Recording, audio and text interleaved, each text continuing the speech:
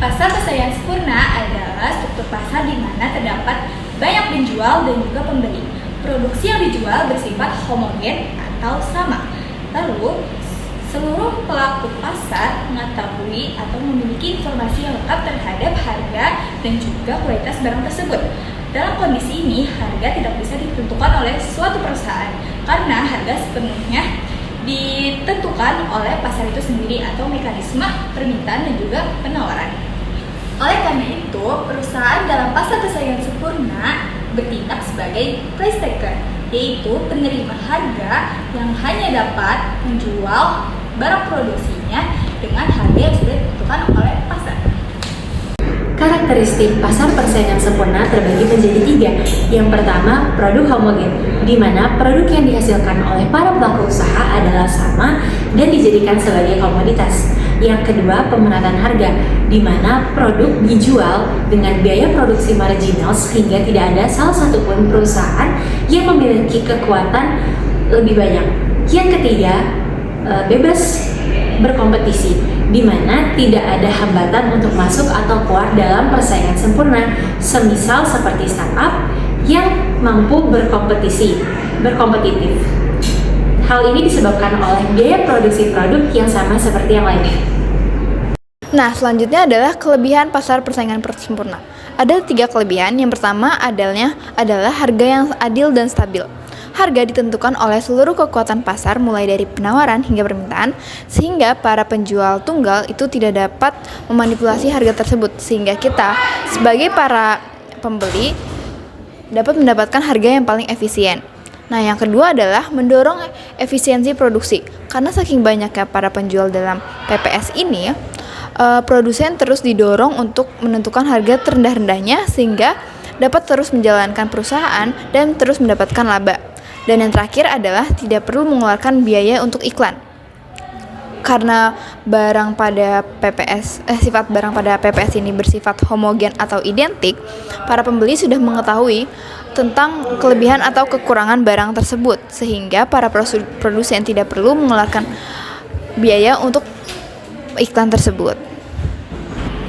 Selain memiliki kelebihan, pasar persaingan sempurna juga memiliki kekurangan. Yang pertama, dalam pasar persaingan sempurna tidak ada dana untuk melakukan penelitian atau pengembangan, sehingga inovasi yang dilakukan sangat minimal. Yang kedua, pembeli memiliki keterbatasan dalam memilih barang atau jasa, karena produk yang dijual itu memiliki kualitas dan harga yang sama. Yang ketiga, para pekerja cenderung mendapatkan upah atau gaji yang rendah. Dan yang terakhir, seringkali terjadi ketidakseimbangan dalam distribusi pendapatan dari masing-masing produsen yang menyebabkan konflik. Contoh pasar persaingan sempurna seperti pasar hasil pertanian yang komoditasnya sama seperti beras, jagung, cabai. Contohnya itu seperti di pasar induk Kramat Jati. Lalu ada pasar bunga yang menjual berbagai macam bunga, itu terletak di pasar Rawabelong. Lalu ada pasar ikan yang menjual berbagai jenis ikan, itu terletak di pasar Muara Angke. Yang terakhir ada pasar grosir baju yang menjual berbagai macam baju yang sama, itu seperti di pasar Tanah Abang. Oke, selanjutnya aku bakal menjelaskan tentang soal dalam pasar persaingan sempurna. Pertama, sebuah perusahaan dalam pasar persaingan sempurna memiliki fungsi biaya total TC 100 plus 2Q plus 0,5 Q kuadrat dan price-nya 22 per unit. Berapakah output yang harus dihasilkan untuk memaksimalkan keuntungan dan berapakah keuntungannya? Pertama-tama, kita tulis dulu apa yang diketahuinya dan apa yang ditanya. Oke, selanjutnya kita udah menulis diketahui dan ditanyanya. Yang pertama adalah mencari kuantitinya. Kita jawab dulu yang pertama A. Kita tahu ada TC. Pertama, TC kita turunkan menjadi MC dengan cara diferensial. Jadi MC 100 hilang konstanta, jadi tinggal 2 plus 0,5 dikali 2 jadi 1 atau Q. Lalu setelah ini kita samakan dengan price-nya. MC sama dengan P. Kita tulis lagi 2 plus Q sama dengan price-nya adalah 22. Lalu pindah ruas 2 menjadi min 2, jadi Q-nya adalah 20. Kita mencari keuntungan dengan rumus TR kurang TC. Tapi sebelum itu kita cari terlebih dahulu TR-nya dengan rumus P kali Q. Kita masukkan, price-nya diketahui sudah 22 kali Q-nya 20. Hasilnya 440. Lalu selanjutnya kita cari TC. Persamaannya kita masukin Q-nya itu 20. Nah, TC-nya udah diketahui, sekarang kita masukin ke rumus.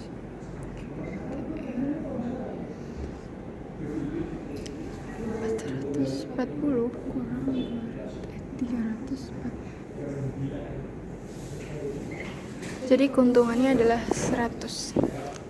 Nah, untuk contoh soal yang kedua yaitu diketahui fungsi permintaan suatu barang adalah QD sama dengan 1000 dikurang 0,5P. Perusahaan yang beroperasi di persaingan pasar sempurna memiliki struktur biaya sebagai berikut. Dengan TFC sama dengan 2000, AVC 4Q ditambah 200. Selanjutnya ditanya P bintang dan Q bintang jumlah harga keseimbangan pada PPS. Mencari jumlah harga keseimbangan pada PPS, kita perlu mengingat rumus P sama dengan MC. Sebelum itu kita tulis diketahui QD sama dengan 1000 dikurang 0,5P.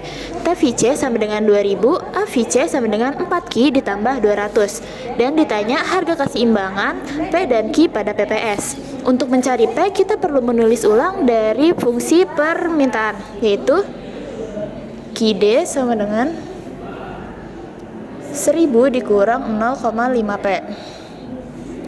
Nah, untuk mencari P kita perlu memindah ruaskan 0,5P sama dengan 1000 dikurang QD. Untuk mencari P ini kita perlu membagi sama rata 1000 dan QD ini dibagi menjadi 0,5 yang hasilnya yaitu 2000 dikurang 2Q atau 2QD. Nah, setelah kita mengetahui fungsi dari P, selanjutnya kita mencari MC sama dengan TC aksen. Yang dimana sebelum itu kita harus mencari TC terlebih dahulu dengan rumus TFC ditambah TVC. TVC itu adalah hasil dari AVC dikali dengan Q.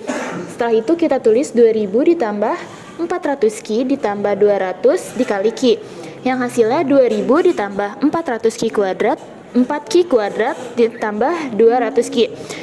Setelah hasil TC ditemukan, selanjutnya kita mencari TC aksen yang dimana hasilnya 8Q ditambah 200. Setelah TC aksen ditemukan, selanjutnya kita baru bisa mengoperasikan rumus P sama dengan MC, yang dimana kita harus menulis ulang 2000 ditambah min 2Q sama dengan 8Q ditambah 200.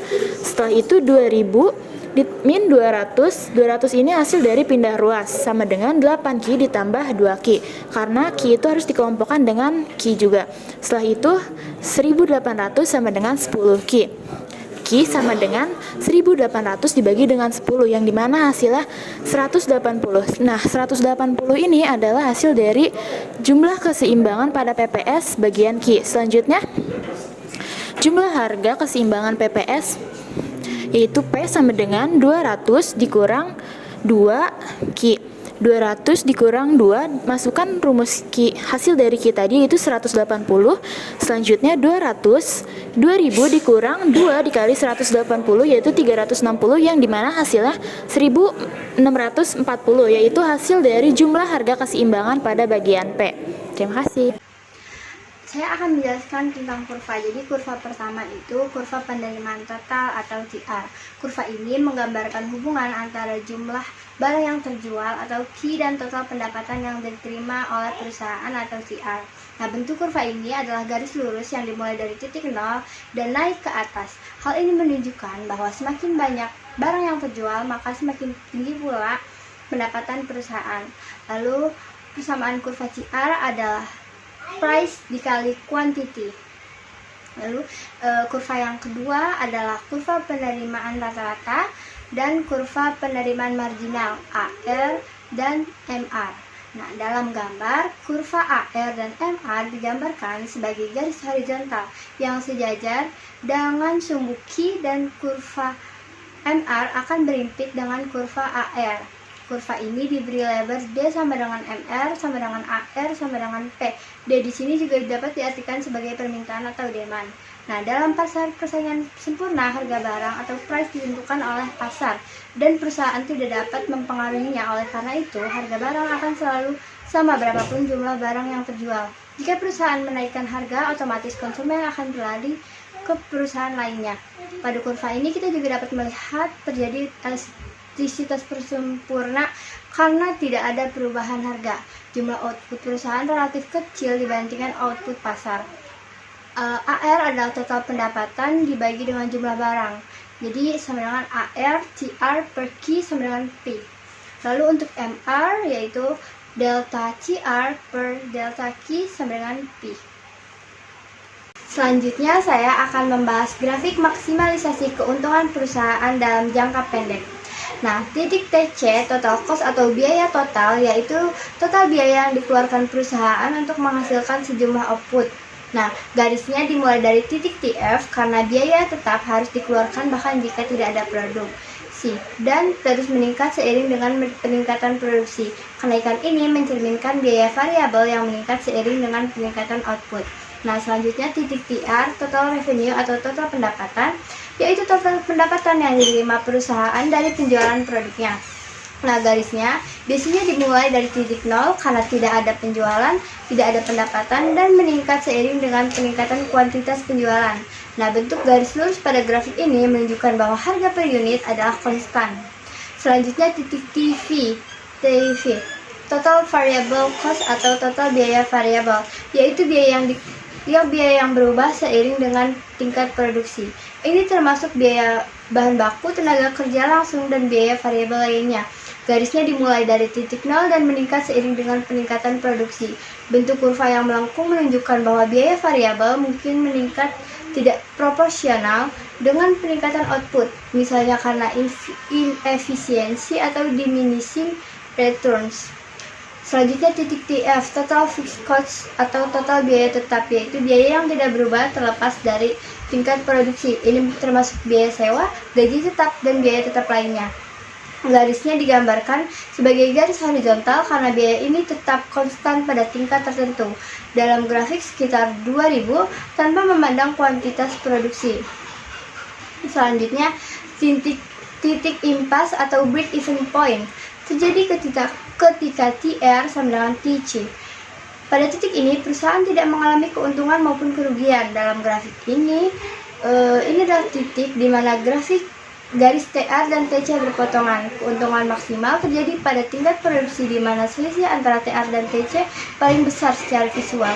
Ini adalah titik di mana jarak vertikal antara kurva TC dan TR paling lebar dengan TR berada di atas TC. Kerugian terjadi ketika TC lebih besar dari TR jika perusahaan terus berproduksi mengalami kerugian. Namun, jika kerugian terlalu besar, perusahaan mungkin memutuskan untuk menghentikan produksi. Selanjutnya, pada kurva di samping ini, untuk mencapai profit maksimal, perusahaan akan memproduksi sebesar Q bintang, yaitu dalam keadaan MR sama dengan MC. Saat memproduksi lebih kecil dari Q bintang, misalnya di Q1, perusahaan masih bisa menambah profit dengan menambahkan output. Saat memproduksi lebih besar dari Q bintang, misalnya Q2, perusahaan bisa menghindari kerugian dengan mengurangi output atau Q. Selanjutnya, untuk mencari profit, yaitu total revenue dikurang total cost, di mana P dikurang Q dikurang ATC dikurang Q sama dengan P dikurang ATC dikali Q. Nah, pada gambar di samping, saat perusahaan memproduksi Q1, profit yang akan didapat adalah titik area ABCD. Sedangkan saat perusahaan memproduksi Q2, perusahaan akan rugi. Nah, ruginya itu sebesar titik AEFG, di mana profit lebih kecil.